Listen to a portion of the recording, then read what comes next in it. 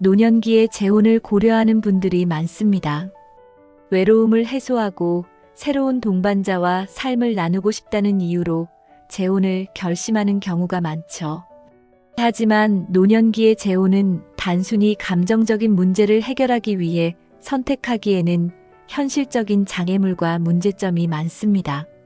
오늘 영상에서는 노년기의 재혼이 가져올 수 있는 경제적, 정서적, 그리고 건강상의 문제들을 하나씩 짚어보겠습니다.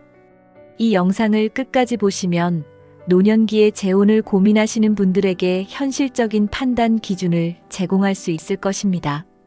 1. 재혼으로 인해 발생할 수 있는 경제적 문제. 재혼 후 발생하는 재산 분할과 상속 문제. 노년기에 재혼을 하면 재산 분할과 상속 문제가 복잡해질 수 있습니다. 특히 이미 자녀가 있는 경우라면 재산의 분배 문제는 갈등의 원인이 될 가능성이 높습니다. 재혼 배우자와의 관계를 시작하며 새롭게 재산을 나누거나 상속 구조를 변경하는 과정은 가족 간의 갈등을 초래할 수 있습니다. 재산 문제는 단순히 법적 분쟁으로 끝나지 않고 가족 관계에 영향을 미칠 수 있습니다.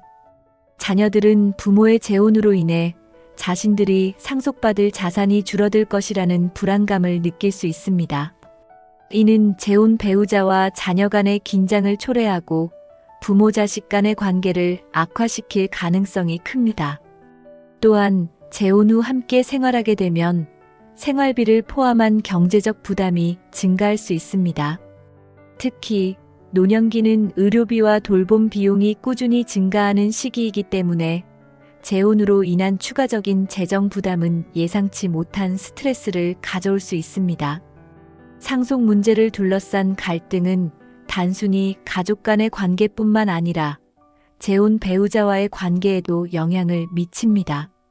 예를 들어 배우자가 자신의 자녀를 우선시한다고 느낄 경우 상대방이 배제된 기분을 느껴 불만을 품게 될 수 있습니다. 이는 부부간의 신뢰를 약화시키는 요인이 됩니다. 이런 문제를 예방하기 위해서는 재혼 전에 재산 분할과 상속 문제에 대해 명확히 협의하고 법적인 조치를 취하는 것이 필요합니다. 하지만 이러한 과정이 번거롭고 때로는 감정적인 충돌을 유발하기도 합니다. 이는 재혼을 더욱 어렵게 만드는 주요 요인 중 하나입니다. 자녀와의 갈등, 경제적 지원과 유산에 대한 기대. 노년기의 재혼은 자녀들과의 갈등을 초래할 가능성이 높습니다. 특히 부모가 재혼을 결심할 경우 자녀들은 부모가 자신에게 제공해야 할 경제적 지원이 줄어들거나 상속이 줄어들 것이라는 우려를 가지게 됩니다. 이러한 불안감은 재혼에 대한 반대의 목소리로 이어질 수 있습니다. 자녀들은 재혼 배우자를 신뢰하지 못하거나 재혼으로 인해 부모와의 관계가 멀어질 것이라고 느낄 수 있습니다. 이는 부모와 자녀 간의 관계를 복잡하게 만들고 갈등의 원인이 될 수 있습니다. 특히 이미 성인이 된 자녀들은 재혼을 단순히 부모의 결정으로 보지 않고 자신의 미래에 영향을 미치는 문제로 간주할 가능성이 높습니다. 이 문제는 재혼 배우자와 자녀 간의 상호작용에서도 드러납니다. 자녀와 재혼 배우자 간의 관계가 원활하지 않을 경우 이는 가족 구성원 모두에게 스트레스를 줄 수 있습니다. 자녀들은 새로운 배우자가 자신의 부모의 관심과 사랑을 빼앗는다고 느낄 수 있으며 이는 정서적 갈등으로 이어질 수 있습니다. 이러한 갈등은 부모가 자녀와 재혼 배우자 간의 중재 역할을 해야 하는 부담을 가져옵니다. 부모는 양쪽 모두를 만족시키려 노력하지만 종종 이 과정에서 자신이 감정적으로 소진되는 경험을 하게 됩니다. 이는 노년기에 감정적 안정을 찾고자 하는 목적과 상충되는 결과를 초래할 수 있습니다. 결국 재혼은 부모와 자녀 간의 경제적 기대와 정서적 관계에 대한 조정이 필요합니다. 하지만 이러한 조정이 쉽지 않으며 갈등을 해결하는 과정에서 감정적 스트레스가 심화될 가능성이 높습니다. 2. 정서적 안정감 대신 갈등을 초래할 가능성. 성격 차이와 생활 습관의 불일치. 재혼은 새로운 시작이지만 그만큼 서로의 차이를 받아들이는 과정에서 갈등이 발생할 수 있습니다. 특히 노년기의 재혼에서는 성격 차이와 생활 습관의 불일치가 부각되기 쉽습니다. 이는 서로가 오랜 기간 형성한 습관과 가치관이 다르기 때문입니다. 예를 들어 한쪽은 아침형 인간이고 다른 쪽은 밤늦게까지 활동하는 경우 생활 리듬의 차이가 갈등의 원인이 될 수 있습니다. 또 다른 예로 한 사람이 지출에 보수적이고 다른 사람은 소비를 즐긴다면 경제적 갈등이 쉽게 발생할 수 있습니다. 재혼 배우자 간의 성격 차이는 시간이 지날수록 더 두드러질 수 있습니다. 특히 노년에는 유연성이 떨어지기 때문에 서로의 차이를 수용하고 타협하는 것이 더 어려워질 수 있습니다. 이는 작은 문제에서 시작해 더 큰 갈등으로 번질 가능성이 있습니다. 생활 습관의 차이도 갈등의 중요한 원인입니다. 예를 들어 한 사람은 집에서 조용히 시간을 보내고 싶어 하지만 다른 한 사람은 친구를 초대하거나 외출을 즐기는 경우가 있을 수 있습니다. 이러한 차이는 시간이 지날수록 스트레스를 초래하며 결국 관계의 균열로 이어질 수 있습니다. 또한 건강 상태와 생활 방식의 차이가 문제를 복잡하게 만들 수 있습니다. 한쪽이 활동적이고 운동을 즐기는 반면 다른 쪽은 건강 문제로 인해 활동이 제한되는 경우 두 사람 간의 기대와 현실 사이에 괴리가 생길 수 있습니다. 이는 상대방에 대한 불만으로 이어질 수 있습니다. 성격과 습관의 차이를 극복하려면 상호 이해와 대화가 필수적이지만 이는 재혼 초기부터 꾸준한 노력이 필요합니다. 하지만 노년기에는 새로운 갈등을 해결하는 데 필요한 에너지와 인내심이 부족할 수 있어 이러한 문제를 해결하기가 더 어려울 수 있습니다. 결국 재혼은 서로가 완전히 다른 배경과 경험을 가진 독립적인 개인임을 이해하고 이를 조화롭게 통합하려는 노력이 필요한 관계입니다. 하지만 이는 노년기에 오히려 스트레스 요인으로 작용할 가능성이 높습니다. 재혼 배우자의 가족과의 관계에서 오는 스트레스. 재혼은 단순히 두 사람 간의 관계가 아니라 각자의 가족과의 새로운 관계도 포함합니다. 재혼 배우자의 자녀, 손주, 친척들과의 관계는 새로운 스트레스 요인이 될 수 있습니다. 특히 배우자의 가족이 재혼을 반대하거나 불편해하는 경우 갈등의 가능성은 더욱 커집니다.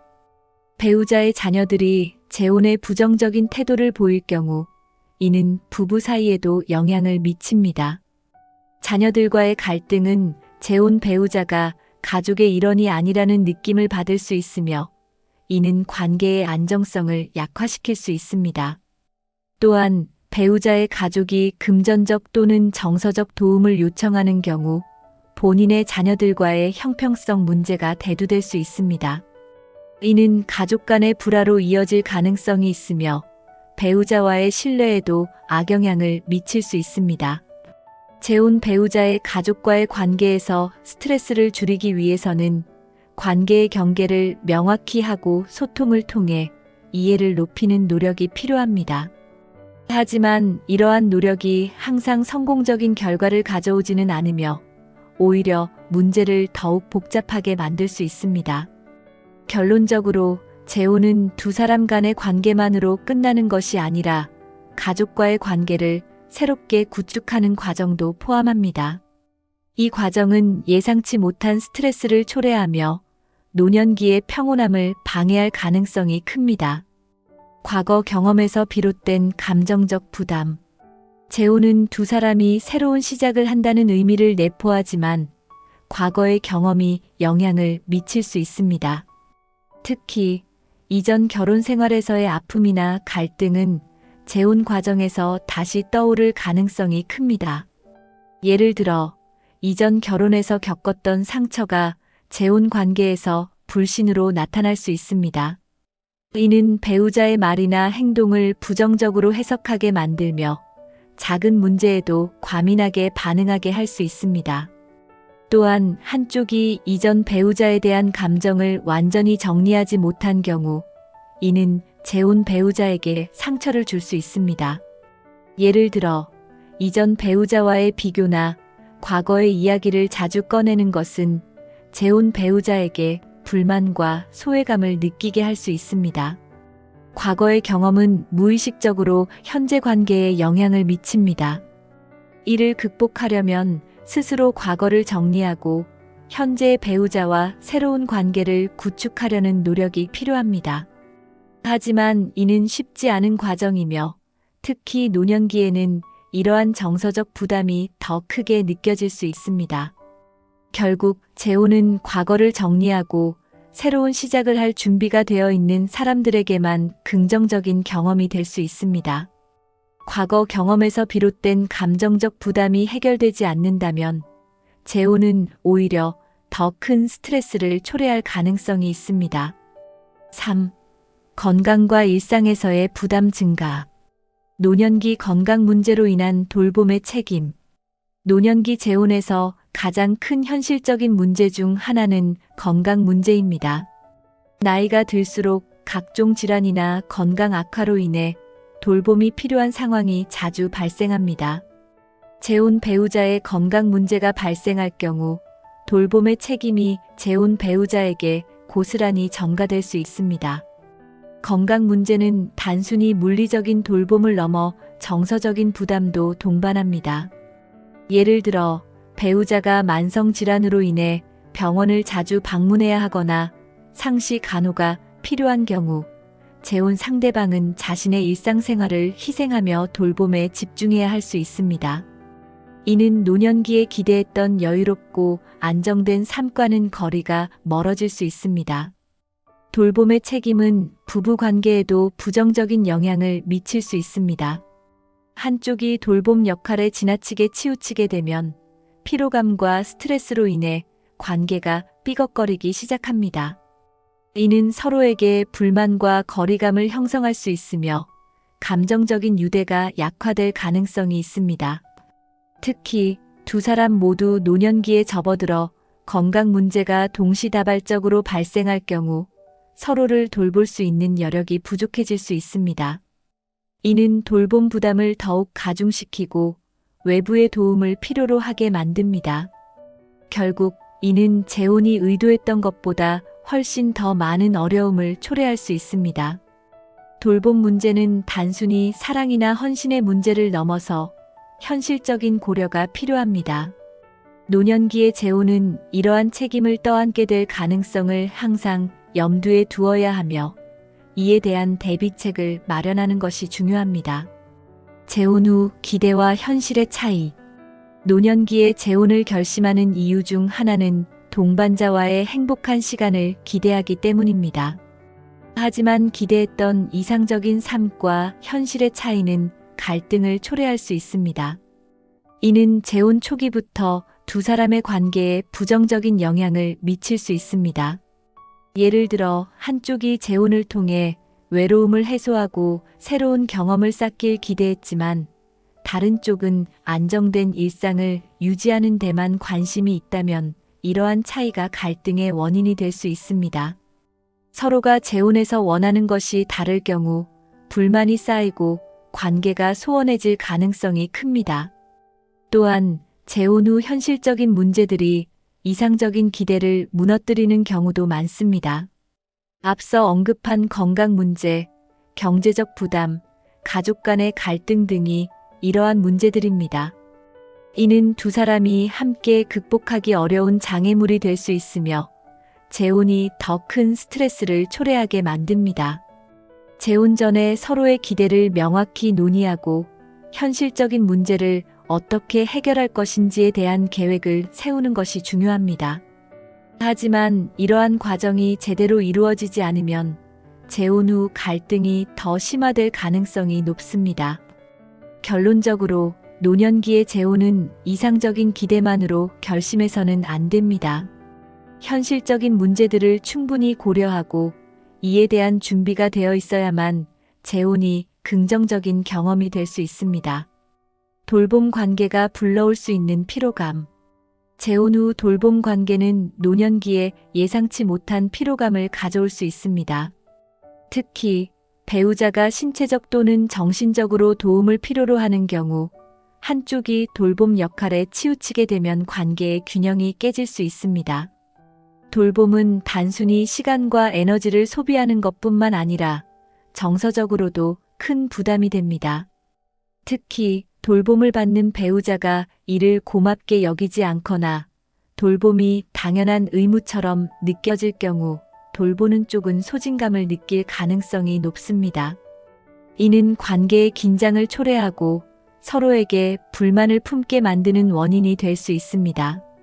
또한 돌봄이 지속되면 돌보는 사람의 건강에도 부정적인 영향을 미칠 수 있습니다.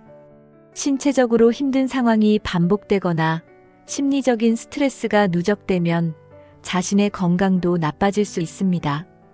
이는 노년기에 더 심각한 문제로 이어질 수 있습니다.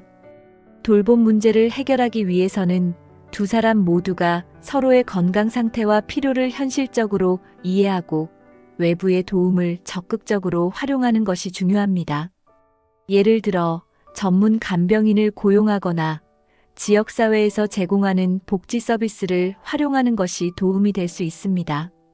결국 돌봄 관계는 재혼에서 가장 큰 도전 중 하나이며 이를 해결하지 못할 경우 관계 전체에 부정적인 영향을 미칠 가능성이 큽니다. 따라서 재혼을 고려할 때 이러한 현실적인 문제를 반드시 염두에 두어야 합니다. 4. 재혼 대신 선택할 수 있는 대안들. 우정을 중심으로 한 관계 맺기. 노년기에 꼭 재혼이라는 형태로 관계를 맺을 필요는 없습니다. 대신 우정을 기반으로 한 관계는 심리적 안정과 소속감을 줄 수 있는 좋은 대안이 될 수 있습니다. 이 관계는 결혼보다 부담이 적고 서로에게 자유로운 환경을 제공합니다. 우정을 중심으로 한 관계는 의무감이나 책임보다는 서로의 즐거움과 편안함에 초점을 맞춥니다. 함께 산책을 하거나 취미를 공유하며 시간을 보내는 것은 정서적 공백을 채우는데 큰 도움이 됩니다. 이러한 관계는 재혼으로 인해 발생할 수 있는 경제적, 법적 문제에서 자유로울 수 있습니다. 예를 들어 동네 친구나 같은 취미를 가진 사람들과의 교류는 재혼을 하지 않아도 충분히 삶에 활력을 줄 수 있습니다. 또한 서로에게 의지하되 과도한 책임을 지지 않기 때문에 관계에서 오는 스트레스가 크게 줄어듭니다. 우정을 기반으로 한 관계는 오랜 기간 유지되었을 때 더욱 깊어집니다. 정기적인 만남과 소통을 통해 서로를 이해하고 나이가 들어도 외롭지 않은 생활을 이어갈 수 있습니다. 이는 정서적 안정뿐만 아니라 삶의 질을 높이는 데도 기여합니다. 결국 재혼을 선택하지 않더라도 우정을 중심으로 한 건강한 관계를 통해 노년기의 외로움을 해소할 수 있습니다. 이러한 대안은 특히 재혼의 복잡성을 피하면서도 인간관계의 긍정적인 면을 누릴 수 있는 방법입니다. 동거 또는 별거 동반자 관계의 장점. 노년기의 동거나 별거 동반자 관계는 재혼에 대한 부담 없이 가까운 관계를 유지할 수 있는 대안입니다. 동거는 서로의 삶을 공유하면서도 법적, 경제적 문제를 피할 수 있어 재혼보다 간단한 선택이 될 수 있습니다. 동거 관계는 서로의 일상에 긍정적인 영향을 미칠 수 있습니다. 함께 식사를 하거나 취미를 공유하며 일상을 즐기는 것은 정서적 안정과 만족감을 제공합니다. 특히 건강관리나 일상적인 도움을 필요로 하는 경우 가까운 거리에서 의지할 수 있는 관계는 큰 힘이 됩니다. 별거 동반자 관계도 고려할 만한 대안입니다. 서로의 공간을 유지하면서 주기적으로 만나 시간을 보내는 것은 개인의 독립성을 보장하면서도 정서적 유대감을 유지할 수 있습니다. 이러한 관계는 갈등이 적고 서로의 삶에 긍정적인 영향을 줄 가능성이 높습니다. 이 두 형태의 관계는 특히 자녀와의 갈등을 피하는 데도 유리합니다. 재혼과 달리 법적, 경제적 문제가 얽히지 않기 때문에 자녀들이 느끼는 불안감이 줄어들 수 있습니다.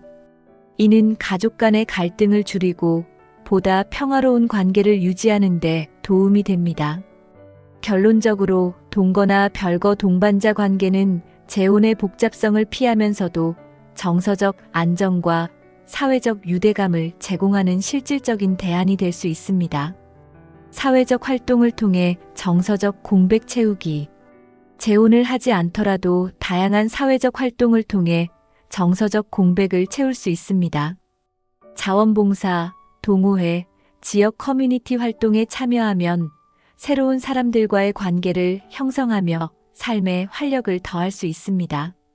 사회적 활동은 단순히 사람들과 교류하는 것을 넘어 자신의 경험과 지식을 공유할 기회를 제공합니다. 예를 들어 청소년 멘토링 프로그램에 참여하거나 지역 환경 보호 활동에 동참하는 것은 자신이 여전히 사회에 기여하고 있다는 느낌을 줍니다. 이러한 활동은 새로운 인간관계를 형성하는 데도 긍정적인 영향을 미칩니다. 특히 공통의 관심사를 가진 사람들과의 교류는 깊은 유대감을 형성하는 데 효과적입니다. 이는 외로움을 줄이고 정서적으로 안정감을 느끼게 하는 데 도움을 줍니다. 사회적 활동은 또한 자신의 건강에도 긍정적인 영향을 미칩니다.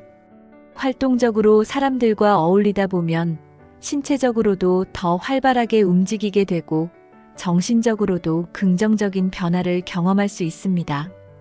이는 노년기의 우울감을 예방하고 삶의 질을 향상시키는 데 큰 도움이 됩니다. 결국 재혼이 아니더라도 사회적 활동을 통해 정서적 안정과 만족감을 얻을 수 있습니다. 이는 법적, 경제적 부담 없이 노년기를 더 풍요롭게 만들어줄 수 있는 대안입니다. 5. 재혼을 고려할 때 반드시 생각해야 할 점들. 경제적 안정과 법적 문제의 사전 확인. 노년기의 재혼을 고려할 때 가장 먼저 생각해야 할 것은 경제적 안정과 법적 문제입니다. 재혼은 단순히 감정적인 결합이 아니라 재산 상속, 그리고 생활비 문제를 포함한 경제적 영향을 미칠 수 있습니다. 이를 충분히 이해하지 못한 상태에서 재혼을 하면 예기치 못한 갈등을 초래할 수 있습니다. 예를 들어 재혼 배우자와의 공동 재산 분배는 기존 자산의 분할 문제를 야기할 수 있습니다. 이는 특히 자녀들이 상속 문제에 대해 걱정하게 만들며 가족 간의 긴장을 조성할 수 있습니다. 따라서 재혼 전에는 재산의 소유권과 분배 방식을 명확히 하고 필요한 경우 변호사나 금융 전문가의 조언을 구하는 것이 중요합니다. 또한 법적 문제는 단순히 재산 문제를 넘어 의료 결정권이나 연금 수급 자격과 같은 요소에도 영향을 미칠 수 있습니다. 예를 들어 한쪽 배우자가 병원에서 긴급한 결정을 내려야 할 상황에서 법적 권한이 없는 경우에는 문제가 될 수 있습니다. 따라서 이러한 상황을 미리 논의하고 대처 방안을 마련해야 합니다. 재혼을 고려할 때 경제적 안정과 법적 문제를 사전에 명확히 정리하는 것은 관계의 신뢰를 강화하는 데도 도움이 됩니다. 이는 재혼 후 발생할 수 있는 불필요한 갈등을 예방하며 서로의 기대를 조율할 수 있는 기회를 제공합니다. 결론적으로 노년기의 재혼은 감정적인 결정이 아니라 철저한 경제적 및 법적 고려가 뒷받침되어야 하는 문제입니다. 이를 무시하면 재혼이 더 큰 스트레스를 초래할 수 있습니다. 배우자와 가족 간의 소통과 조정. 재혼을 성공적으로 이루기 위해서는 배우자뿐만 아니라 양쪽 가족 간의 원활한 소통과 조정이 필수적입니다. 노년기에 재혼을 하면 자녀와 손주를 포함한 가족 간의 관계가 새롭게 형성되어야 하기 때문에 초기부터 명확한 소통이 중요합니다.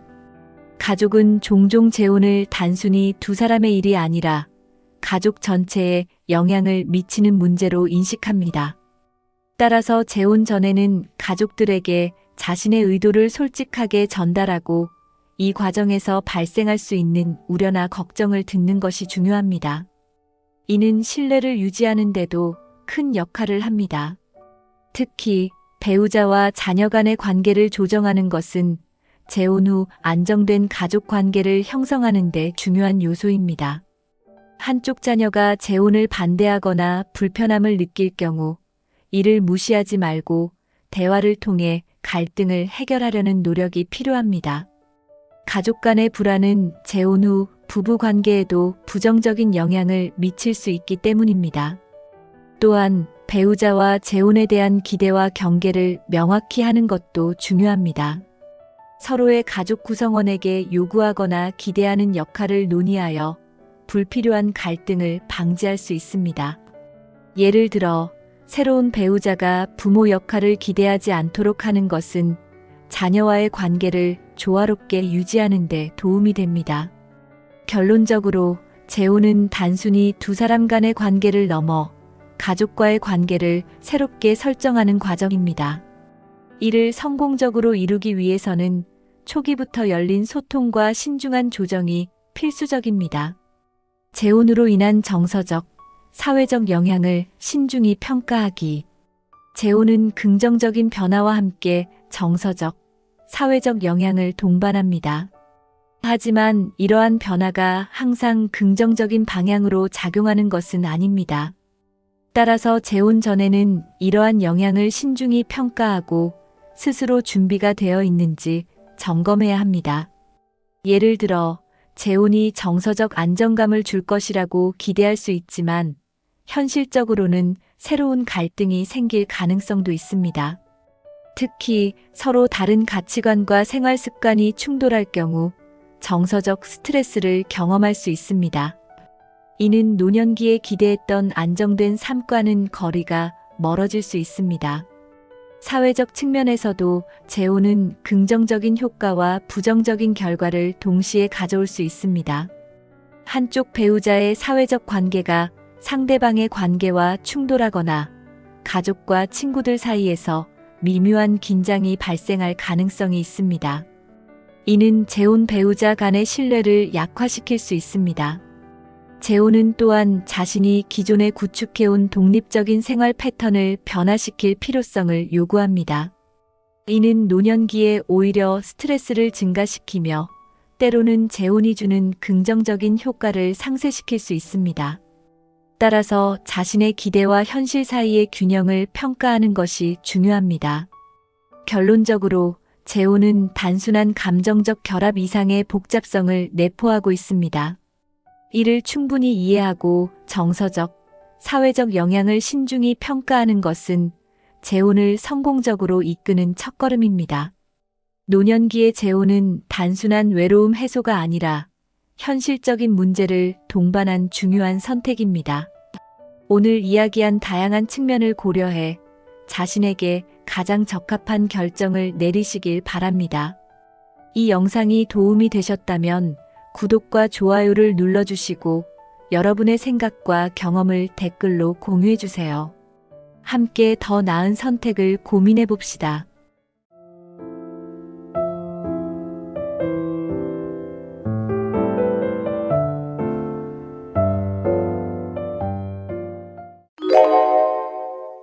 여러분, 70대 건강이 얼마나 중요한지 알고 계신가요? 지금까지 열심히 살아오셨다면 이제부터는 건강을 지키는 것이 가장 중요한 시기입니다. 70대 건강 관리가 잘 되면 80대, 90대에도 활기차고 독립적인 생활을 유지할 수 있습니다. 하지만 건강 관리를 소홀히 하면 작은 질병도 큰 병이 될 수 있습니다. 예전에는 한번 감기에 걸려도 금방 나았지만 이제는 면역력이 떨어지면서 회복이 느려집니다. 근육이 줄어들고 뼈가 약해지며 기억력도 예전 같지 않을 수 있습니다. 하지만 걱정할 필요 없습니다. 지금부터 건강을 잘 관리하면 충분히 건강한 노후를 보낼 수 있습니다. 중요한 것은 미리 예방하고 꾸준히 관리하는 것입니다. 오늘 영상에서는 70대 건강 관리가 중요한 이유와 꼭 실천해야 할 건강 습관 6가지를 알려드립니다. 이 영상을 끝까지 보시면 80대, 90대까지 건강하게 사는 비결을 알게 되실 겁니다. 건강은 하루아침에 좋아지는 것이 아닙니다. 작은 습관이 쌓여 큰 변화를 만듭니다. 여러분의 건강한 미래를 위해 지금부터 하나씩 실천해 보세요. 그럼 70대 건강 관리가 중요한 첫 번째 이유부터 알아볼까요? 70대가 되면 자연스럽게 근육량이 줄어들기 시작합니다. 근육이 줄어들면 작은 움직임도 부담이 되고 쉽게 피로를 느낄 수 있습니다. 특히 하체 근육이 약해지면 보행이 어려워지고 낙상의 위험이 커집니다. 근육이 줄어들면 관절에도 부담이 가면서 무릎이나 허리 통증이 심해질 수 있습니다. 무리한 운동이 아니라 가벼운 근력 운동이라도 꾸준히 하는 것이 중요합니다. 근육이 튼튼해야 신진대사가 활발해지고 면역력도 높아집니다. 근육량이 많을수록 혈당 조절도 원활해져 당뇨병 예방에도 도움이 됩니다. 걷기, 계단 오르기, 앉았다 일어서기 같은 간단한 운동부터 시작해 보세요. 무리하게 운동하기보다 자신의 몸 상태에 맞게 꾸준히 하는 것이 중요합니다.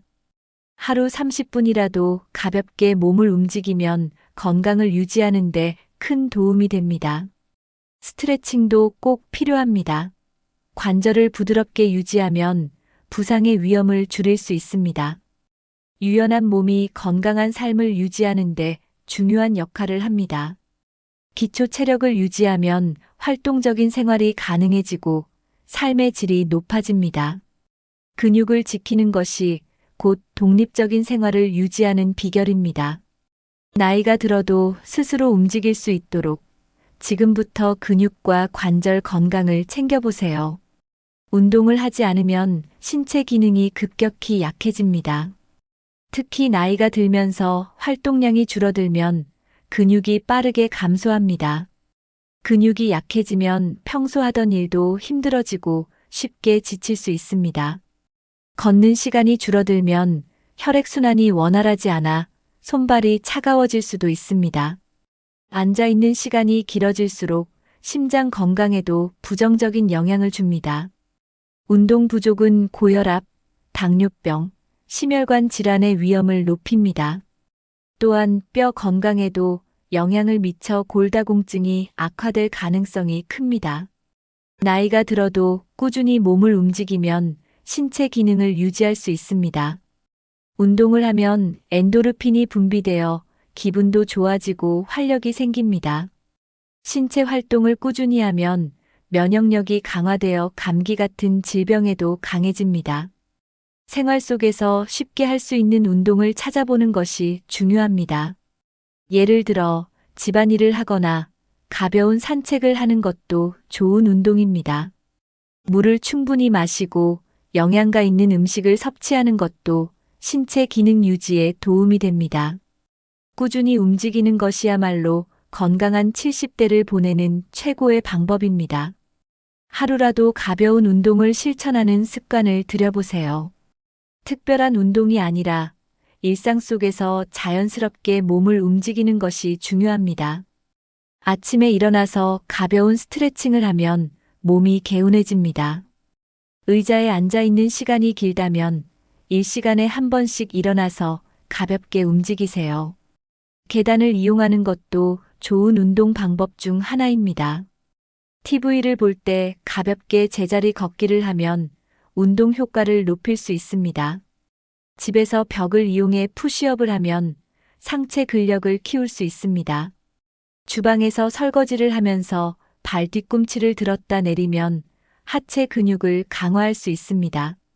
걷기가 가장 쉬우면서도 효과적인 운동입니다. 하루 30분 정도 꾸준히 걷기만 해도 혈압과 혈당을 조절하는 데 도움이 됩니다. 가벼운 덤벨을 이용한 팔 운동도 근력 유지에 효과적입니다. 요가나 가벼운 스트레칭은 관절 건강을 지키는 데 좋습니다. 운동을 하기 어려운 날에는 집 안에서 가볍게 몸을 움직이는 것만으로도 도움이 됩니다. 무엇보다 꾸준함이 중요하므로 무리하지 않고 지속하는 것이 가장 중요합니다.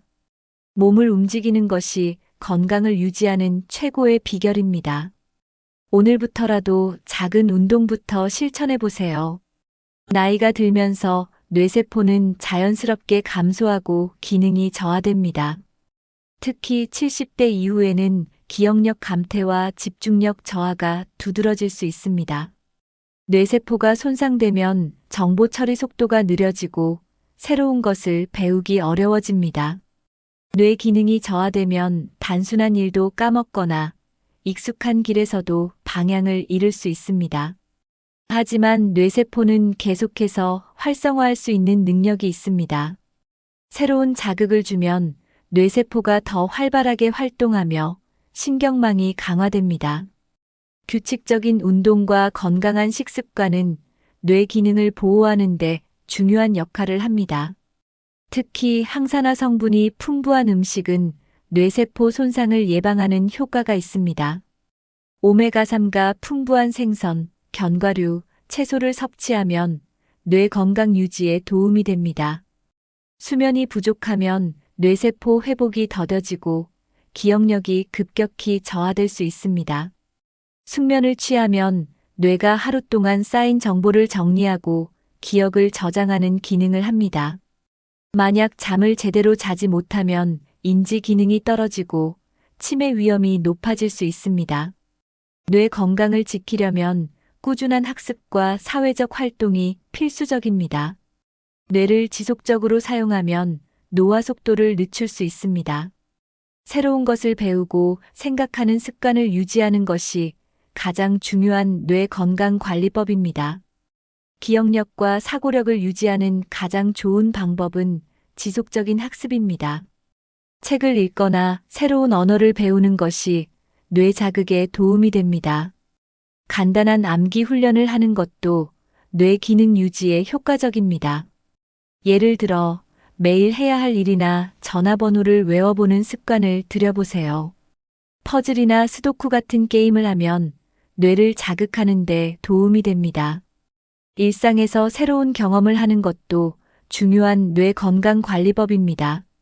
같은 길만 다니기보다 새로운 길로 산책을 하면 뇌가 더 활발하게 작동합니다. 손을 많이 사용하는 활동도 뇌 건강에 좋습니다.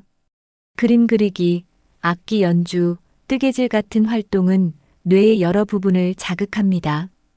대화하는 습관도 기억력과 사고력을 유지하는 데 큰 도움이 됩니다. 친구나 가족과 자주 소통하면 감정적인 안정과 함께 인지 기능이 유지됩니다.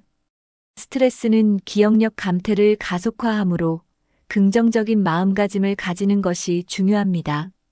명상이나 심호흡을 하면 스트레스를 줄이고 뇌 기능을 보호할 수 있습니다. 하루 30분 정도 뇌를 자극하는 활동을 하면 치매 예방 효과가 높아집니다. 새로운 것을 배우고 다양한 경험을 하면서 뇌 건강을 지켜보세요. 치매는 한번 진행되면 되돌리기 어려운 질환이기 때문에 예방이 가장 중요합니다. 뇌를 자주 사용하면 신경세포가 더 활발하게 연결되면서 치매 예방 효과가 있습니다. 꾸준한 운동은 뇌로 가는 혈류를 증가시켜 인지 기능을 향상시킵니다. 걷기, 수영, 요가 같은 운동은 뇌 건강에 매우 긍정적인 영향을 줍니다. 건강한 식습관도 중요합니다. 뇌 건강을 위해서는 가공식품을 줄이고 자연식 위주의 식사를 해야 합니다. 혈압과 혈당을 잘 관리하는 것도 치매 예방에 중요한 요소입니다. 고혈압이나 당뇨병이 있으면 혈관 건강이 나빠지고 뇌 기능 저하가 빨라질 수 있습니다. 금연과 절주는 필수입니다. 흡연과 과음은 뇌 혈관을 손상시키고 치매 위험을 높입니다. 규칙적인 수면 습관을 가지면 뇌가 제대로 회복할 시간을 가질 수 있습니다. 하루 7시간 이상 숙면을 취하면 기억력과 집중력이 유지됩니다. 정신적으로 활발한 사회 활동을 하는 것도 치매 예방에 도움이 됩니다. 사람들과의 교류를 늘리면 뇌가 지속적으로 자극을 받아 건강하게 유지됩니다. 스트레스를 줄이고 긍정적인 마음가짐을 가지면 치매 예방 효과가 높아집니다. 건강한 생활 습관을 꾸준히 실천하면 70대 이후에도 뇌 건강을 지킬 수 있습니다. 오늘부터라도 작은 변화부터 시작해 보세요. 치매 예방은 지금이 가장 중요합니다. 나이가 들수록 혈관의 탄력이 줄어들면서 혈압과 혈액순환에 문제가 생기기 쉽습니다. 70대 이후에는 고혈압, 동맥경화, 심장병, 뇌졸중 같은 혈관 관련 질환의 위험이 급격히 높아집니다. 혈관이 좁아지거나 막히면 심장으로 가는 혈류가 줄어들어 심장 건강에 악영향을 줍니다. 혈액순환이 원활하지 않으면 손발이 차가워지고 쉽게 피곤해질 수 있습니다. 특히 혈압이 높아지면 심장이 부담을 느껴 심부전 같은 질환으로 이어질 수 있습니다. 혈당이 높아지면 혈관이 손상되어 뇌졸중이나 심근경색 위험이 커질 수 있습니다. 나이가 들면 혈액이 점점 끈적해지면서 혈전 피떡이 생기기 쉬워집니다. 혈전이 혈관을 막으면 심장마비나 뇌졸중 같은 심각한 문제가 발생할 수 있습니다. 혈관 건강을 유지하려면 규칙적인 운동과 건강한 식습관이 필수입니다. 식습관이 나쁘면 콜레스테롤이 높아져 혈관이 좁아지고 혈액순환이 어려워집니다. 혈관 건강이 나빠지면 뇌로 가는 혈류가 줄어들어 기억력 감퇴나 치매 위험도 높아집니다. 따라서 70대 이후에는 혈압과 혈당을 철저히 관리하는 것이 매우 중요합니다. 혈압과 혈당이 안정되면 몸이 가볍고 활력이 넘치는 건강한 생활이 가능합니다. 평소에 혈압과 혈당을 체크하는 습관을 들이면 건강을 유지하는 데 큰 도움이 됩니다. 심장과 혈관 건강은 노후의 삶의 질을 결정하는 중요한 요소입니다.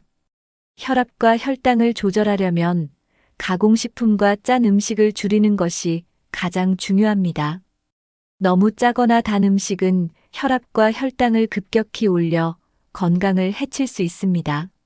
채소와 과일을 충분히 섭취하면 혈압을 낮추고 혈관을 깨끗하게 유지할 수 있습니다. 등 푸른 생선 고등어, 연어에는 오메가3가 풍부해 혈관 건강에 매우 좋습니다. 견과류, 올리브오일, 아보카도 같은 건강한 지방도 혈압과 혈당 조절에 도움이 됩니다. 반면에 튀긴 음식, 패스트푸드, 가공육은 혈관을 막히게 하는 원인이 될 수 있습니다. 설탕이 많이 들어간 음식, 탄산음료, 케이크, 과자도 혈당을 급격히 올리므로 피해야 합니다. 혈압과 혈당을 안정적으로 유지하려면 하루 3끼를 규칙적으로 먹는 것이 중요합니다. 식사 후 가벼운 산책을 하면 혈당이 급격히 오르는 것을 방지할 수 있습니다. 수분을 충분히 섭취하면 혈액이 묽어져 혈전이 생기는 것을 예방할 수 있습니다. 하지만 자기 전에 물을 너무 많이 마시면 야간 빈뇨로 인해 숙면을 방해할 수 있습니다. 하루 30분 정도 가벼운 운동을 하면 혈압과 혈당 조절에 큰 도움이 됩니다. 금연과 절주는 필수입니다. 흡연과 과음은 혈관을 손상시키고 혈압을 높이는 주범입니다. 규칙적인 건강검진을 통해 혈압과 혈당 수치를 체크하는 것이 중요합니다. 식습관과 생활습관을 조금씩 바꾸면 혈관 건강을 유지할 수 있습니다. 심장 건강을 유지하려면 나쁜 습관을 개선하는 것이 가장 중요합니다. 흡연은 혈관을 좁게 만들고 혈액순환을 방해해 심장 건강을 크게 해칠 수 있습니다. 과도한 음주는 혈압을 높이고 심장 박동을 불규칙하게 만들어 위험할 수 있습니다. 운동 부족은 심장 근육을 약하게 만들어 혈액순환이 원활하지 않게 합니다. 스트레스를 받으면 혈압이 급격히 상승하고 심장에 부담을 줄 수 있습니다. 스트레스를 해소하려면 가벼운 운동, 명상, 취미 활동을 하는 것이 좋습니다. 과식을 하면 소화 과정에서 혈류가 집중되면서 심장이 과부하 상태가 될 수 있습니다. 밤늦게 먹는 습관은 심장을 피로하게 만들고 혈압을 높이는 원인이 됩니다. 잘못된 자세로 오랫동안 앉아 있으면 혈액순환이 원활하지 않아 혈관 건강을 해칠 수 있습니다. 너무 뜨거운 목욕이나 사우나는 혈압을 급격히 변하게 할 수 있으므로 주의해야 합니다. 소금을 과하게 섭취하면 혈압이 상승하고 혈관이 좁아질 수 있습니다. 운동을 할 때 갑자기 무리하게 하는 것은 오히려 심장에 부담을 줄 수 있습니다. 스트레칭이나 가벼운 유산소 운동부터 시작하는 것이 안전합니다. 심장 건강을 유지하려면 건강한 습관을 꾸준히 실천하는 것이 중요합니다. 나쁜 습관을 하나씩 고쳐나가면 심장 건강을 지키고 활기찬 생활을 할 수 있습니다. 나이가 들면서 뼈의 밀도가 자연스럽게 감소합니다. 특히 여성은 폐경 이후 호르몬 변화로 인해 골다공증 위험이 급격히 증가합니다. 남성도 나이가 들수록 뼈의 강도가 약해지면서 골절 위험이 높아질 수 있습니다. 뼈 건강이 나빠지면 작은 충격에도 쉽게 부러질 수 있습니다. 골다공증이 심해지면 척추가 휘거나 키가 줄어드는 현상이 나타날 수 있습니다. 뼈가 약하면 허리와 무릎 통증이 심해지고 움직이기 어려워집니다. 운동 부족은 뼈 건강을 더 악화시키는 주요 원인입니다. 뼈는 적절한 자극 운동을 받을 때 더 단단해지고 밀도가 유지됩니다. 칼슘과 비타민 D가 부족하면 뼈가 약해지고 골절 위험이 커질 수 있습니다. 햇빛을 적게 쬐면 비타민 D가 부족해 뼈 건강이 악화될 수 있습니다. 과도한 다이어트나 영양 불균형도 골다공증을 유발하는 원인이 될 수 있습니다. 흡연과 과음은 뼈의 칼슘 흡수를 방해해 골다공증 위험을 높입니다. 유전적인 요인도 골다공증 발생에 영향을 줄 수 있습니다. 하지만 생활 습관을 잘 관리하면 나이가 들어도 튼튼한 뼈를 유지할 수 있습니다. 지금부터라도 뼈 건강을 챙기면 80대, 90대에도 활기차게 걸을 수 있습니다. 뼈 건강을 유지하려면 칼슘과 비타민 D가 필수적입니다. 칼슘은 뼈를 튼튼하게 하고 골밀도를 유지하는 중요한 영양소입니다. 칼슘이 풍부한 음식으로는 우유, 멸치, 치즈, 두부, 시금치 등이 있습니다. 하지만 칼슘만 충분히 섭취한다고 해서 뼈가 강해지는 것은 아닙니다. 칼슘이 효과적으로 흡수되려면 비타민 D와 함께 섭취하는 것이 중요합니다. 비타민 D는 햇빛을 충분히 쬐면 우리 몸에서 자연적으로 생성됩니다. 하루 20분 정도 햇볕을 쬐면 비타민 D 생성에 도움이 됩니다. 연어, 참치, 달걀 노른자 같은 음식도 비타민 D가 풍부합니다. 단백질도 뼈 건강에 중요한 영양소입니다. 단백질이 부족하면 근육과 뼈가 약해져 골절 위험이 증가할 수 있습니다. 콩류, 닭가슴살, 생선, 달걀 등 단백질이 풍부한 음식을 골고루 섭취하는 것이 좋습니다. 마그네슘과 아연도 뼈를 튼튼하게 하는데 중요한 역할을 합니다. 커피와 탄산음료를 많이 마시면 칼슘이 빠져나가므로 주의해야 합니다. 골다공증이 걱정된다면 영양제를 활용하는 것도 좋은 방법입니다. 하지만 음식으로 영양소를 섭취하는 것이 가장 건강한 방법입니다. 골다공증을 예방하려면 규칙적인 운동이 필수적입니다. 특히 체중을 지탱하는 운동 걷기, 계단 오르기은 뼈를 강화하는 데 효과적입니다. 걷기는 가장 쉬우면서도 효과적인 골다공증 예방 운동입니다. 하루 30분 정도 빠르게 걷는 습관을 들이면 뼈 건강에 큰 도움이 됩니다. 가벼운 근력 운동 스쿼트, 아령 운동도 뼈를 튼튼하게 하는데 효과적입니다. 요가와 필라테스는 뼈 건강뿐만 아니라 균형 감각을 키우는데 도움이 됩니다. 균형 감각이 좋아지면 낙상 위험을 줄일 수 있습니다. 무리한 운동은 뼈와 관절에 부담을 줄 수 있으므로 조심해야 합니다. 운동뿐만 아니라 생활 습관도 중요합니다. 올바른 자세를 유지하면 뼈와 관절에 가해지는 부담을 줄일 수 있습니다. 구부정한 자세를 오래 유지하면 척추 건강이 나빠질 수 있습니다. 적절한 체중을 유지하는 것도 중요합니다. 너무 마르면 골밀도가 낮아져 골절 위험이 커질 수 있습니다. 반대로 과체중이면 무릎과 허리에 부담을 주어 관절 건강이 나빠질 수 있습니다. 건강한 생활 습관을 실천하면 70대 이후에도 튼튼한 뼈를 유지할 수 있습니다. 나이가 들면서 면역력은 자연스럽게 약해집니다. 젊었을 때는 감기나 가벼운 질병도 금방 회복되지만 70대 이후에는 회복 속도가 느려집니다. 면역력이 약해지면 작은 감기도 쉽게 폐렴으로 발전할 수 있습니다. 면역 기능이 저하되면 세균이나 바이러스에 대한 저항력이 떨어집니다. 면역력 저하는 체내 염증 증가와도 관련이 있습니다. 만성 염증이 계속되면 면역 체계가 약해지고 각종 질병에 쉽게 걸릴 수 있습니다. 특히 당뇨병, 고혈압, 심혈관 질환이 있으면 면역력이 더 낮아질 수 있습니다. 스트레스와 수면 부족도 면역력을 급격히 떨어뜨리는 원인이 됩니다. 몸이 충분히 쉬지 못하면 면역세포가 제대로 기능하지 못합니다. 영양 불균형도 면역력 저하의 원인이 될 수 있습니다. 비타민과 미네랄이 부족하면 면역세포가 약해지고 감염 위험이 높아집니다. 나이가 들수록 장내 환경이 변하면서 좋은 유익균이 줄어들 수 있습니다. 장 건강이 나빠지면 면역력도 약해지므로 장 건강을 지키는 것도 중요합니다. 운동 부족도 면역력을 떨어뜨리는 원인 중 하나입니다. 하지만 올바른 생활 습관을 유지하면 면역력을 강화하고 건강을 지킬 수 있습니다.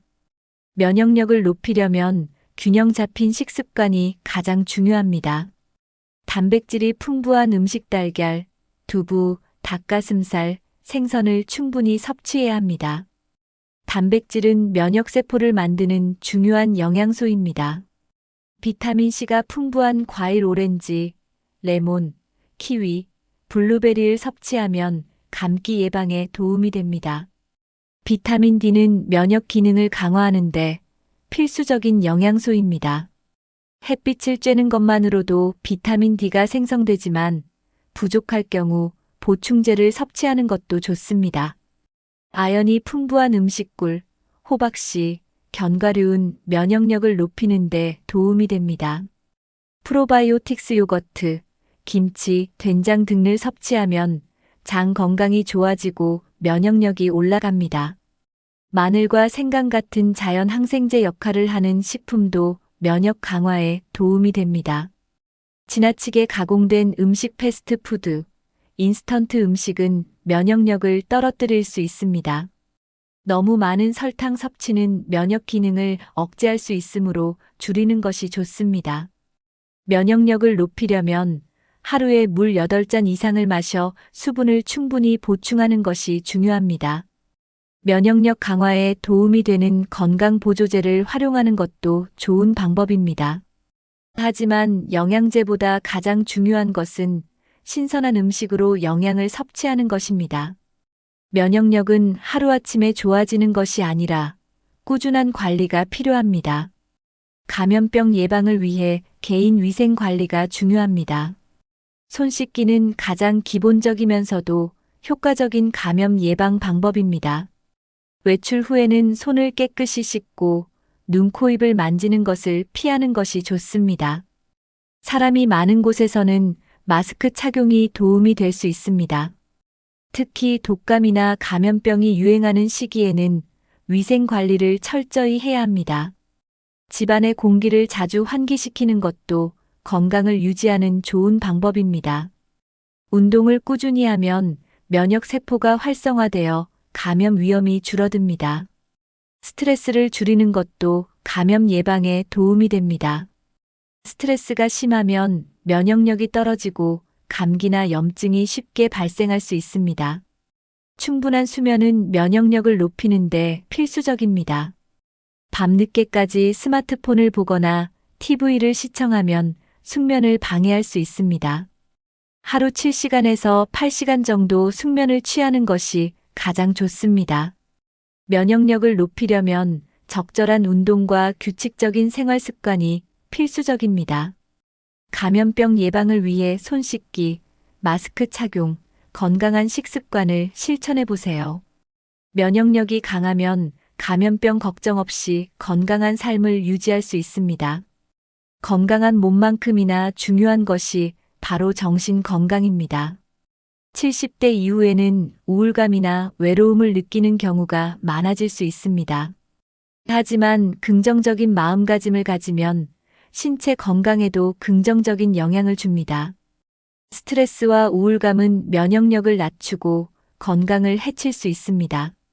반대로 웃음과 긍정적인 사고는 면역력을 높이는 효과가 있습니다.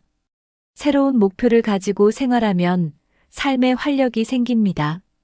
취미 생활을 하거나 새로운 것을 배우는 것도 정신 건강에 좋습니다. 가족이나 친구들과 자주 연락하고 교류하는 것이 중요합니다. 외로움을 줄이려면 적극적으로 사람들과 소통하는 것이 필요합니다. 걱정을 줄이고 현재의 삶을 즐기는 태도가 중요합니다.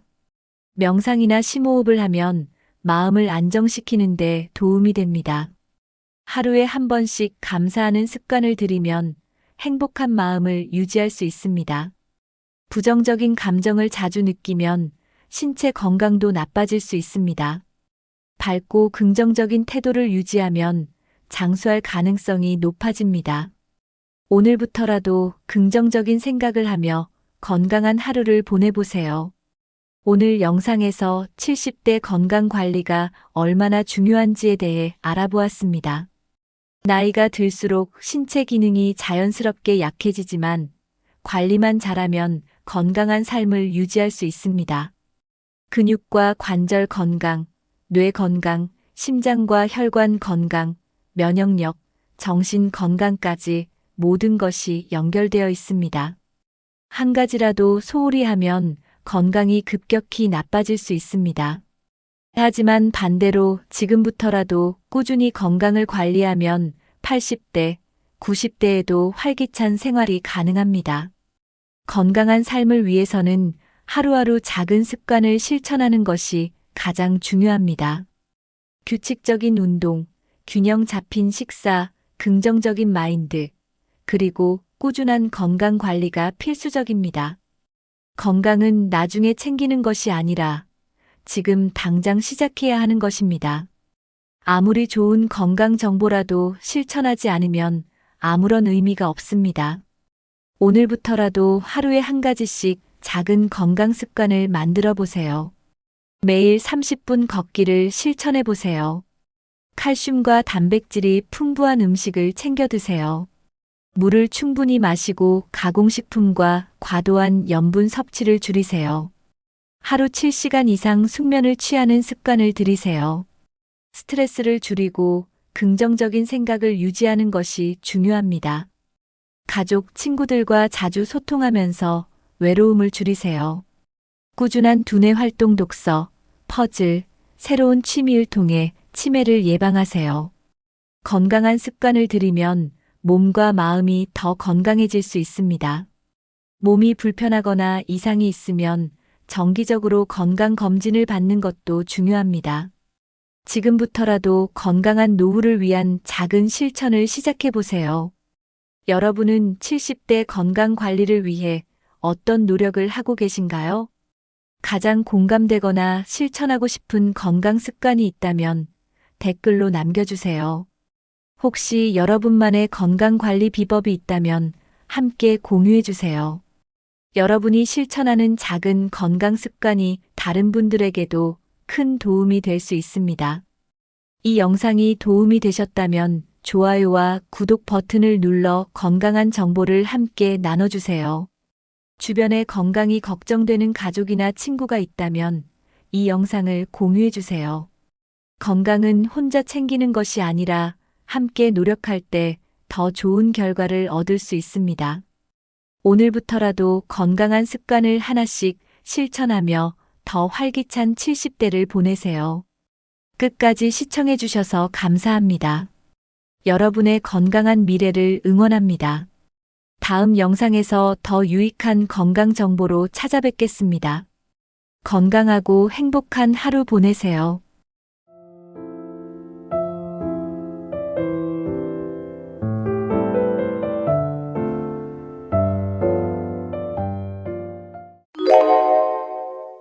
여러분, 나이가 들수록 새벽에 자주 깨고 다시 잠들기 어려운 경험 해보셨나요? 깊이 자고 싶은데 자꾸 중간에 깨서 피곤함이 쌓이는 분들도 많으실 겁니다. 밤에 몇 번씩 깨다 보면 아침에 일어날 때 개운하지 않고 하루 종일 피곤한 경우가 많습니다. 나이 들어서 원래 그런 거야 라고 생각하고 그냥 넘기고 계신가요? 하지만 새벽에 자주 깨는 것은 단순한 노화 때문이 아닙니다. 생활 습관, 건강 상태, 그리고 몸의 변화가 숙면을 방해하고 있을 수 있습니다. 만약 밤마다 자주 깨고 숙면을 취하지 못한다면 오늘 영상 끝까지 보세요. 나이가 들면서 숙면을 방해하는 원인 6가지와 이를 해결하는 방법까지 알려드립니다. 영상을 끝까지 보시면 오늘 밤부터 더 깊고 편안한 잠을 잘 수 있는 팁을 얻을 수 있습니다. 나는 왜 자꾸 새벽에 깨는 걸까? 궁금하셨다면 지금부터 함께 확인해 보겠습니다. 나이가 들면서 수면 구조가 변하는 것은 자연스러운 현상입니다. 젊었을 때는 깊은 수면 상태가 길지만 나이가 들수록 얕은 수면이 많아집니다. 깊은 수면은 신체 회복과 면역력 강화에 중요한 역할을 합니다. 하지만 노화가 진행되면서 깊은 수면 시간이 줄어들어 자주 깨게 됩니다. 이는 뇌의 신경 활동이 감소하면서 수면의 지속력이 약해지는 것과 관련이 있습니다. 또한 몸이 예전보다 작은 변화에도 더 민감하게 반응하게 됩니다. 방 안의 작은 소음, 몸의 불편한 자세, 약간의 온도 변화에도 쉽게 잠에서 깰 수 있습니다. 특히 새벽 시간이 되면 깊은 수면이 줄어들면서 더욱 쉽게 잠이 깨어버립니다. 새벽에 자주 깨더라도 다시 잠드는 것이 어렵다면 깊은 수면 부족을 의심해 봐야 합니다. 낮 동안 충분히 활동하지 않으면 몸이 깊은 잠에 빠지기 어려워집니다. 따라서 낮 동안 가벼운 운동을 하면서 몸을 움직이는 것이 중요합니다. 또한 침실 환경을 조절하여 수면을 방해하는 요소를 최소화해야 합니다. 너무 따뜻하거나 너무 추운 온도는 숙면을 방해하는 원인이 될 수 있습니다. 규칙적인 수면 패턴을 유지하면 뇌가 일정한 리듬을 익히면서 수면의 질이 좋아집니다. 깊은 수면을 늘리는 작은 습관 변화가 새벽에 자주 깨는 문제를 해결하는 열쇠입니다. 멜라토닌은 수면을 조절하는 중요한 호르몬입니다. 이 호르몬은 밤이 되면 분비되어 자연스럽게 졸음을 유도합니다. 하지만 나이가 들면서 멜라토닌 분비량이 줄어들게 됩니다. 멜라토닌이 줄어들면 쉽게 잠이 들기 어려워지고 중간에 깨는 횟수도 늘어납니다. 특히 60대 이후부터는 멜라토닌 분비량이 젊었을 때보다 크게 감소합니다. 밤에도 밝은 조명에 오래 노출되면 멜라토닌 분비가 더욱 줄어듭니다. 스마트폰이나 TV 화면에서 나오는 강한 빛도 멜라토닌 생성을 방해합니다. 멜라토닌 분비를 늘리기 위해서는 자기 전에는 조명을 어둡게 하는 것이 좋습니다. 따뜻한 차를 마시거나 가벼운 독서를 하면 자연스럽게 멜라토닌 분비를 촉진할 수 있습니다. 멜라토닌이 풍부한 음식으로는 바나나, 체리, 견과류 등이 있습니다. 이러한 음식을 저녁 식사 후에 섭취하면 수면을 돕는 효과를 얻을 수 있습니다. 또한 규칙적인 생활 습관을 유지하면 멜라토닌 리듬이 일정하게 유지됩니다.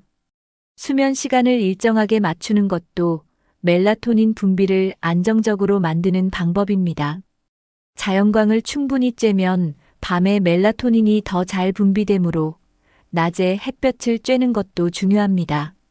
멜라토닌을 충분히 생성할 수 있도록 생활 습관을 조절하면 수면의 질이 좋아질 수 있습니다. 뇌는 수면을 조절하는 중요한 역할을 합니다.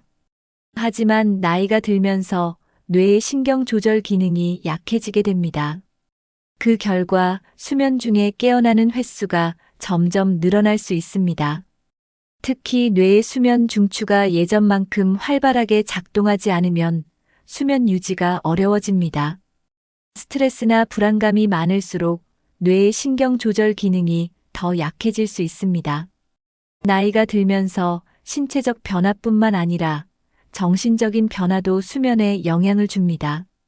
걱정이 많아지거나 신경이 예민해질수록 밤에 쉽게 깨는 경향이 있습니다. 수면 중 자주 깨어나는 것이 반복되면 뇌가 잘못된 수면 패턴을 학습하게 됩니다.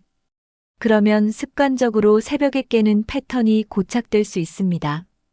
이런 경우에는 취침 전 마음을 안정시키는 활동이 도움이 됩니다. 명상이나 심호흡, 조용한 음악을 들으면 뇌를 편안하게 만드는데 효과적입니다. 잠자리에 들기 전 부정적인 생각보다는 긍정적인 생각을 하는 것도 중요합니다. 뇌를 자극하는 활동을 피하고 편안한 상태에서 잠자리에 들어야 합니다. 낮 동안 적당한 활동을 하면 뇌가 적절한 피로감을 느껴 깊은 수면을 유도할 수 있습니다. 뇌의 기능이 자연스럽게 변화하는 것은 막을 수 없지만 생활 습관을 조절하면 숙면을 돕는 효과를 얻을 수 있습니다. 나이가 들수록 자연스럽게 수면 패턴이 변화합니다. 젊을 때보다 저녁 시간이 되면 더 일찍 졸음이 오고 새벽에 일찍 깨어나는 경향이 있습니다. 이는 신체의 생체 리듬이 변화하면서 나타나는 자연스러운 현상입니다. 생체 리듬은 우리의 몸이 낮과 밤을 구분하고 적절한 시간에 졸리도록 만드는 기능을 합니다. 하지만 나이가 들면서 이 리듬이 점점 앞당겨져 저녁에 일찍 졸리고 새벽에 빨리 깨어나는 패턴이 생깁니다. 이런 변화는 몸이 환경에 적응하는 과정이지만 너무 이른 기상으로 인해 피로감을 느낄 수도 있습니다. 저녁 식사를 너무 일찍 하거나 밤에 하는 활동이 줄어드는 것도 영향을 미칩니다. 저녁에 적절한 활동을 유지하면 너무 이른 취침을 예방할 수 있습니다. 수면 시간을 일정하게 유지하는 것이 수면 패턴을 안정시키는 데 도움이 됩니다. 만약 너무 일찍 자고 너무 일찍 깬다면 낮 동안 햇볕을 충분히 쬐는 것이 중요합니다. 햇빛은 신체의 생체 리듬을 조절하고 수면 시간을 안정적으로 유지하는 데 도움을 줍니다. 저녁에 강한 빛을 피하고 따뜻한 조명으로 전환하면 수면 패턴이 조절될 수 있습니다. 너무 이른 저녁 식사는 배고픔을 유발하여 새벽에 깨는 원인이 될 수도 있습니다. 그렇다고 너무 늦게 먹으면 소화 과정이 방해될 수 있으므로 적절한 시간에 식사를 하는 것이 중요합니다. 몸의 자연스러운 변화에 적응하면서도 건강한 수면 패턴을 유지하기 위한 노력이 필요합니다. 낮잠을 자는 것은 피로를 푸는 좋은 방법이지만 과도한 낮잠은 수면 패턴을 망칠 수 있습니다. 특히 긴 낮잠을 자면 밤에 쉽게 잠들기 어려워질 수 있습니다. 낮잠을 자주 자면 몸이 낮에도 깊은 수면을 경험하게 되어 밤에는 얕은 수면만 하게 됩니다.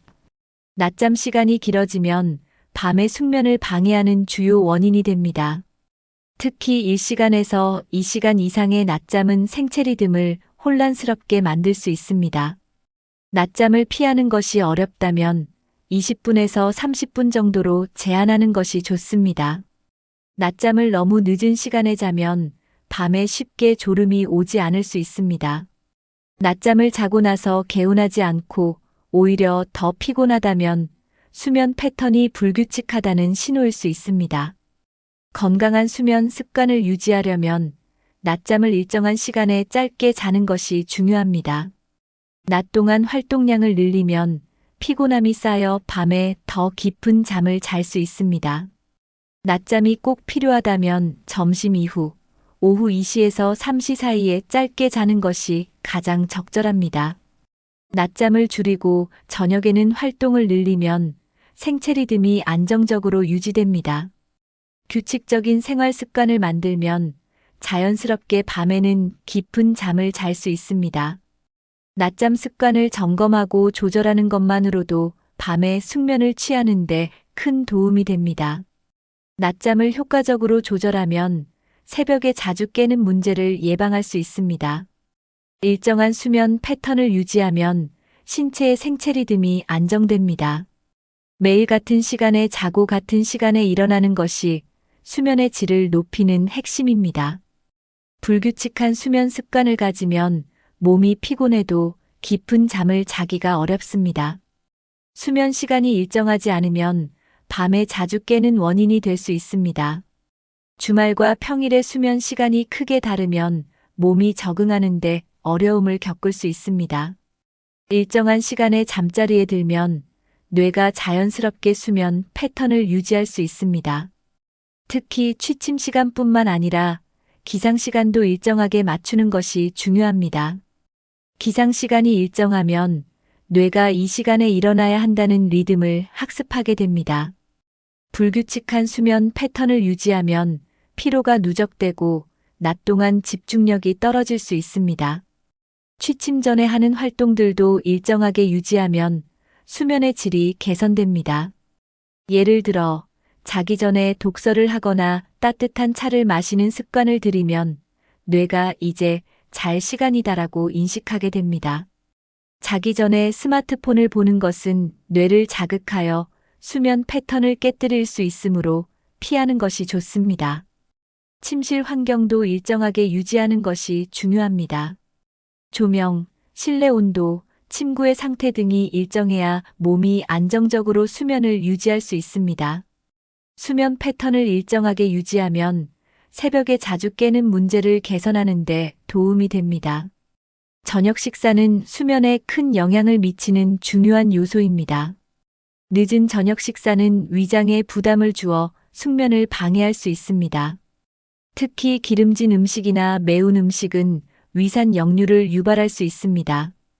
위산이 역류하면 자는 동안 속이 쓰려서 자주 깨게 됩니다. 너무 늦은 시간에 식사하면 몸이 소화를 위해 에너지를 쓰면서 깊은 수면을 방해할 수 있습니다. 저녁 식사는 적어도 잠자기 3시간 전에 마치는 것이 가장 좋습니다. 카페인이 들어간 음식과 음료도 숙면을 방해하는 주요 원인입니다. 커피, 녹차, 홍차, 콜라, 초콜릿 등에는 카페인이 들어있어 각성 효과를 줍니다. 일부 사람들은 오후 늦게 카페인을 섭취해도 괜찮다고 생각하지만 실제로 몸에 오래 남아있을 수 있습니다. 나이가 들수록 카페인을 분해하는 속도가 느려지기 때문에 더 오랫동안 각성 효과가 지속됩니다. 따라서 저녁에는 카페인이 들어간 음료 대신 따뜻한 허브차를 마시는 것이 좋습니다. 카페인이 없는 루이보스차, 캐모마일 차 같은 차는 숙면을 돕는 효과가 있습니다. 저녁 식사 후에는 과식을 피하고 가벼운 간식을 선택하는 것이 좋습니다. 바나나, 견과류, 요거트 같은 음식은 숙면을 돕는 좋은 선택입니다. 저녁 식사와 카페인 섭취를 조절하면 밤에 더 깊고 편안한 잠을 잘 수 있습니다. 많은 분들이 건강을 위해 물을 많이 마시려고 합니다. 하지만 자기 전에 너무 많은 물을 마시면 밤중에 화장실을 가느라 자주 깰 수 있습니다. 특히 나이가 들수록 방광 기능이 약해져서 야간 빈뇨밤에 자주 화장실을 가는 증상가 생길 수 있습니다. 야간 빈뇨가 심하면 한밤중에 2번 이상 깨는 경우도 많습니다. 자주 깨면 깊은 수면을 취하기 어려워지고 피로가 누적될 수 있습니다. 물을 마시는 것은 중요하지만 자기 전 1시간에서 2시간 전에는 섭취량을 줄이는 것이 좋습니다. 특히 저녁에 이뇨 작용이 강한 음료를 마시면 야간 배뇨가 더욱 심해질 수 있습니다. 카페인이 든 음료뿐만 아니라 알코올도 이뇨 작용을 강하게 합니다. 따뜻한 우유나 허브차 같은 음료는 숙면을 돕는 데 도움이 될 수 있습니다. 또한 낮 동안 충분한 양의 물을 마시면 저녁에는 굳이 많은 물을 마시지 않아도 됩니다. 수분 섭취를 낮 시간 동안 골고루 분배하면 밤중에 깨는 횟수를 줄일 수 있습니다. 저녁 식사 후에는 소량의 물을 천천히 마시는 것이 가장 좋습니다. 너무 차가운 물보다는 미지근한 물을 마시는 것이 몸을 편안하게 해줍니다. 수분 섭취 습관을 조절하는 것만으로도 숙면의 질을 높일 수 있습니다. 물을 마시는 시간을 조절하여 밤에 자주 깨는 문제를 예방해 보세요. 일부 사람들은 술을 마시면 잠이 더 잘 온다고 생각합니다. 하지만 알코올은 실제로 수면의 질을 크게 저하시킵니다. 술을 마시면 처음에는 졸음이 와서 쉽게 잠이 들 수 있습니다. 하지만 시간이 지나면서 몸에서 알코올을 분해하는 과정에서 각성이 증가하게 됩니다. 그 결과 새벽에 자주 깨고 깊은 수면을 유지하기 어려워집니다. 또한 술을 마시면 수면 중 호흡이 불규칙해지고 코골이와 수면 무호흡증이 심해질 수 있습니다. 알코올은 신체의 수분을 빼앗아 탈수를 유발할 수도 있습니다. 탈수가 심하면 갈증이 나서 밤중에 깨는 원인이 됩니다. 술을 마신 다음 날 아침에 머리가 아프거나 몸이 개운하지 않은 이유도 수면이 방해되었기 때문입니다. 흡연도 숙면을 방해하는 주요 원인 중 하나입니다. 담배 속의 니코틴은 강한 각성 효과를 가지고 있어 뇌를 자극합니다. 특히 자기 전에 흡연을 하면 니코틴이 뇌를 각성시켜 숙면을 방해할 수 있습니다.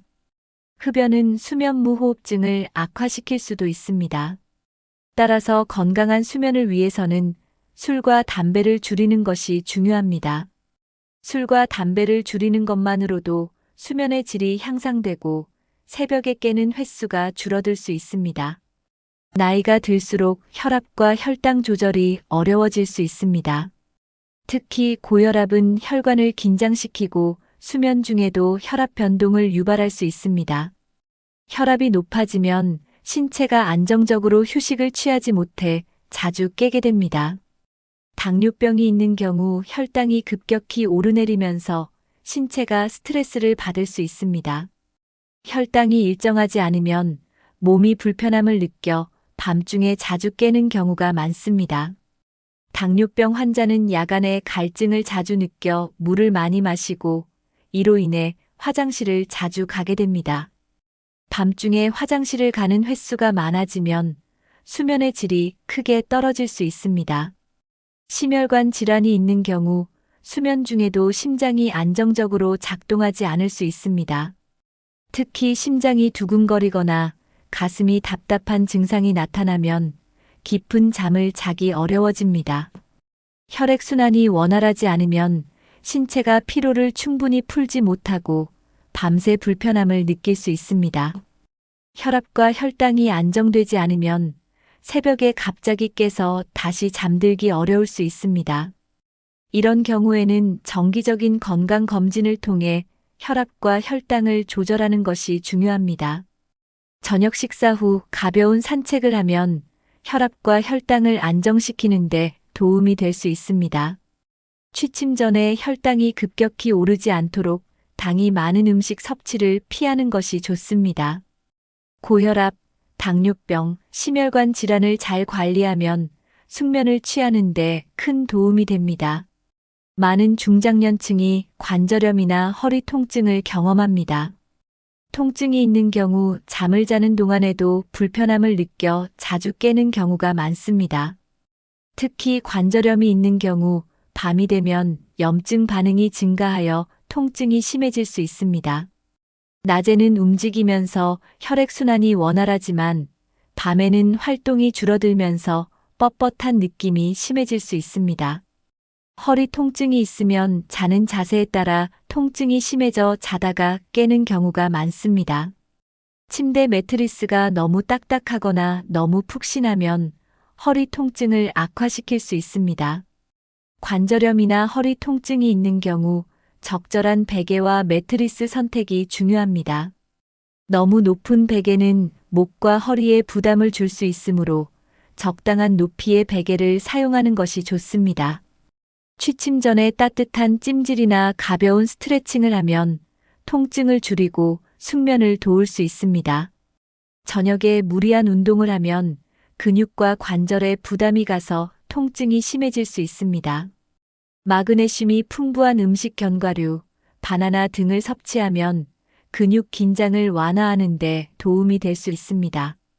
허리와 관절이 불편할 경우 옆으로 누워 무릎 사이에 쿠션을 끼우면 자세가 편해질 수 있습니다. 정기적인 스트레칭과 가벼운 운동은 관절과 근육을 유연하게 유지하는 데 도움이 됩니다.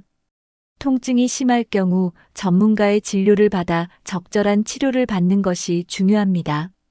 통증을 효과적으로 관리하면 깊은 숙면을 취할 가능성이 훨씬 높아집니다. 야간 빈뇨는 중장년층에서 흔히 발생하는 문제 중 하나입니다. 밤에 화장실을 자주 가게 되면 깊은 수면을 유지하기 어렵습니다. 전립선 비대증이나 방광 기능 저하가 야간 빈뇨의 주요 원인이 될 수 있습니다. 특히 남성의 경우 나이가 들면서 전립선이 커지면서 소변을 자주 보게 될 수 있습니다. 여성의 경우 방광 근육이 약해지면서 밤중에 자주 깨는 경우가 많습니다. 야간 빈뇨가 심한 경우에는 수분 섭취 시간을 조절하는 것이 중요합니다. 저녁 식사 이후에는 물을 천천히 마시고 과도한 수분 섭취를 피하는 것이 좋습니다. 이뇨작용이 강한 커피, 녹차, 술 같은 음료는 저녁 이후에 피해야 합니다. 침대 가까이에 화장실이 있으면 불필요한 긴장을 줄여 숙면에 도움이 될 수 있습니다. 잠자리에 들기 전에 소변을 미리 보는 습관을 들이면 밤에 깨어나는 횟수를 줄일 수 있습니다. 방광 근육을 강화하는 케겔 운동을 하면 빈뇨 증상을 개선하는 데 도움이 됩니다. 야간 빈뇨가 심한 경우에는 의사의 상담을 받아 약물 치료를 고려해 볼 수 있습니다. 방광 건강을 유지하기 위해 너무 짠 음식이나 자극적인 음식을 피하는 것이 좋습니다. 혈당이 불안정하면 신장이 과도한 소변을 배출하려고 하므로 혈당 조절도 중요합니다. 야간 빈뇨를 잘 관리하면 깊고 편안한 수면을 유지할 수 있습니다. 나이가 들수록 건강, 가족, 경제적인 걱정이 많아질 수 있습니다. 특히 밤이 되면 조용한 환경에서 생각이 많아져 쉽게 불안감을 느낄 수 있습니다. 스트레스가 많으면 몸에서 코르티솔이라는 호르몬이 증가합니다. 코르티솔 수치가 높아지면 긴장 상태가 유지되면서 쉽게 잠들기 어려워집니다. 불안감이 심하면 잠에 들어도 자주 깨는 원인이 될 수 있습니다. 심호흡이나 명상을 하면 몸의 긴장을 풀고 숙면을 돕는 효과가 있습니다. 취침 전 따뜻한 차를 마시거나 조용한 음악을 들으면 마음을 안정시키는 데 도움이 됩니다. 걱정거리가 많다면 일기 쓰기나 감사 노트 작성을 해보는 것도 좋은 방법입니다.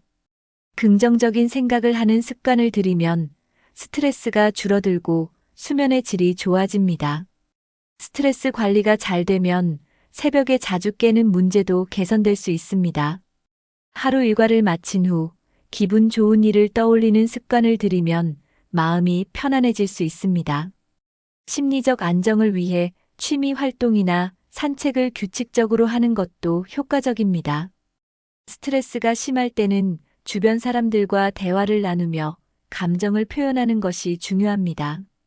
지나친 걱정은 건강에도 좋지 않으므로 적절한 긴장 완화 방법을 찾아 실천해 보세요. 심리적 안정이 유지되면 밤에도 깊고 편안한 잠을 잘 수 있습니다. 많은 사람들이 자기 전에 스마트폰을 보거나 TV를 시청하는 습관이 있습니다. 하지만 이런 습관은 뇌를 각성 상태로 만들어 숙면을 방해합니다. 특히 스마트폰과 TV 화면에서 나오는 블루라이트는 수면 호르몬인 멜라토닌 생성을 방해합니다. 멜라토닌이 부족하면 쉽게 잠들기 어려워지고 새벽에도 자주 깨게 됩니다. 블루라이트는 뇌를 낮 시간처럼 착각하게 만들어 몸이 쉬지 못하도록 합니다. 스마트폰을 보면 뉴스, SNS, 메시지를 확인하는 과정에서 정신이 깨어나게 됩니다. TV를 보면 화면의 강한 빛과 빠른 장면 전환이 뇌를 자극하여 숙면을 방해합니다. 자기 전 1시간 동안은 스마트폰과 TV 사용을 줄이는 것이 좋습니다. 대신 따뜻한 조명을 켜고 책을 읽거나 명상을 하면 뇌가 편안해집니다.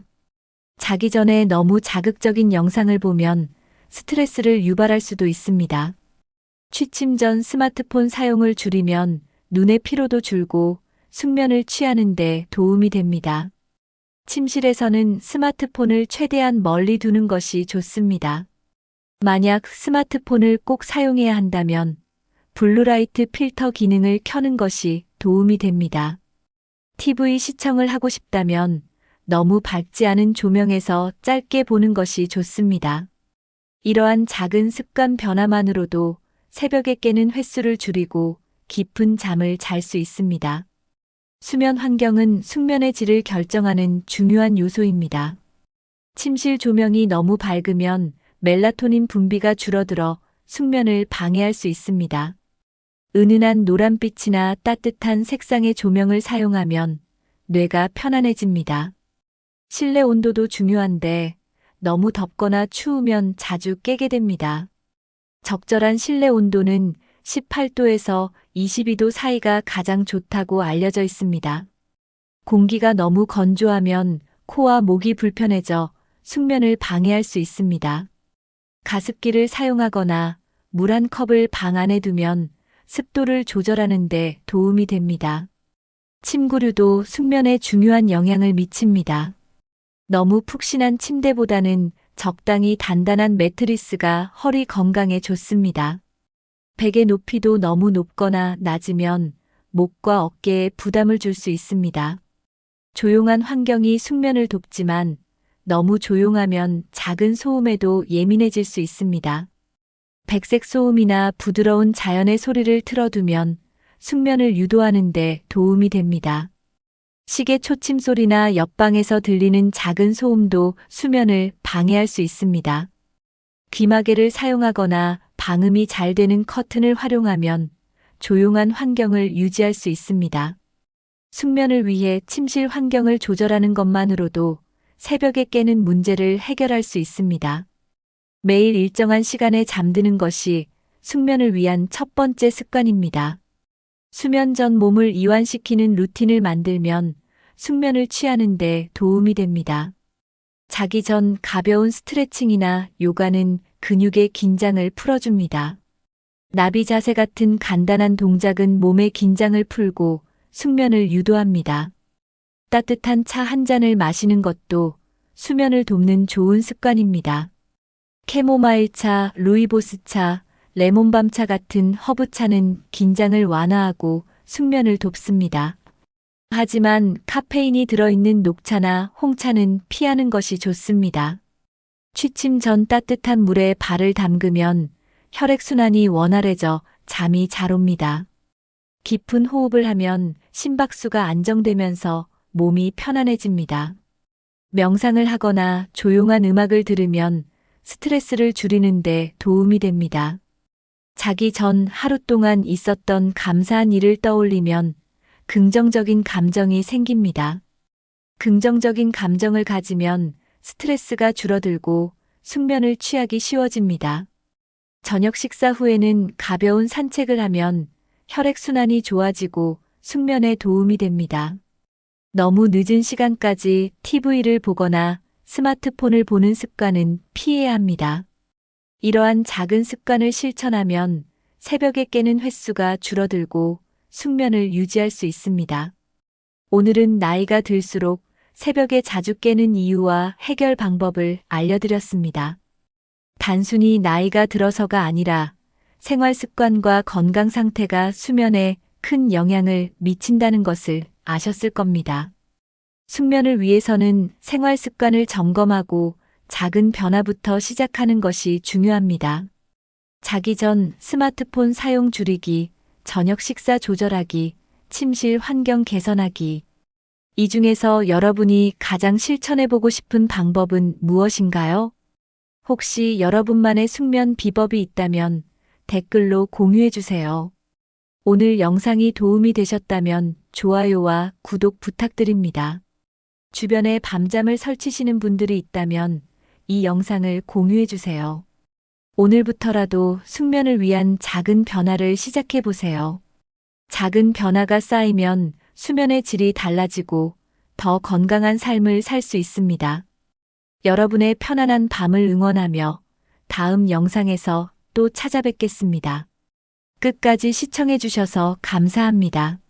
모두 좋은 밤 보내시고 내일은 더 상쾌한 아침을 맞이하시길 바랍니다. 건강한 수면 습관이 인생을 바꿀 수 있습니다. 지금부터 여러분도 실천해보세요.